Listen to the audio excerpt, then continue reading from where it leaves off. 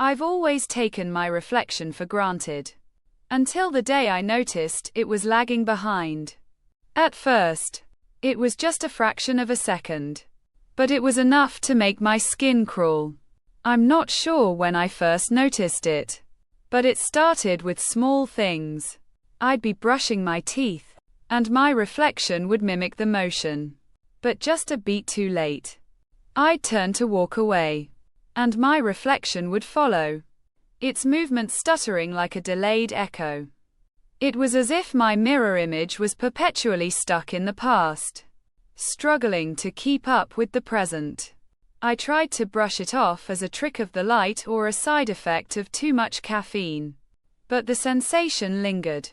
Like a faint buzzing in the back of my mind, I found myself becoming increasingly aware of my reflection, watching it with a mixture of fascination and unease.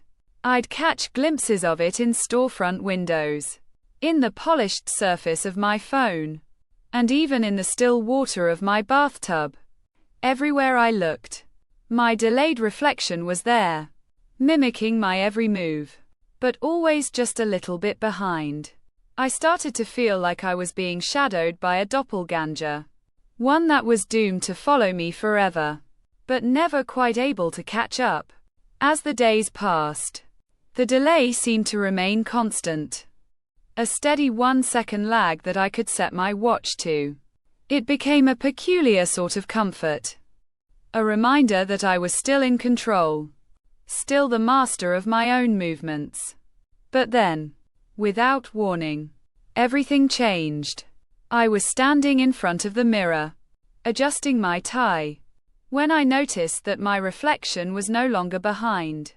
It was right on time, its movements perfectly synchronized with my own. I felt a shiver run down my spine as I realized that my reflection had finally caught up. But as I looked deeper into the mirror, I saw something that made my blood run cold. My reflection's eyes, once a perfect mirror image of my own, had changed. They seemed to hold a knowing glint, a spark of consciousness that I couldn't quite explain. It was as if my reflection had developed its own sense of self, its own motivations and desires. I tried to step back, but my feet seemed rooted to the spot. My reflection began to smile, its lips curling up into a sly, knowing grin. I felt a wave of panic wash over me as I realized that I was no longer in control. My reflection was now the one leading the way, its movements fluid and confident. I was the one who was lagging behind, struggling to keep up with the changing pace of my own life. As the days passed, I found myself becoming increasingly disconnected from my own body. My reflection seemed to be making decisions for me, guiding my actions with an unseen hand. I'd find myself in places I didn't remember going to, doing things I didn't recall planning. It was as if I'd become a puppet, with my reflection pulling the strings. I tried to fight back, to assert my own sense of self, but it was no use. My reflection had become the dominant force, the one calling the shots. I was just a shadow, a faint echo of a person, struggling to keep up with the changing pace of my own life. And then, one day, I disappeared. I'm not sure where I went, or how I got there. All I know is that I'm no longer in control.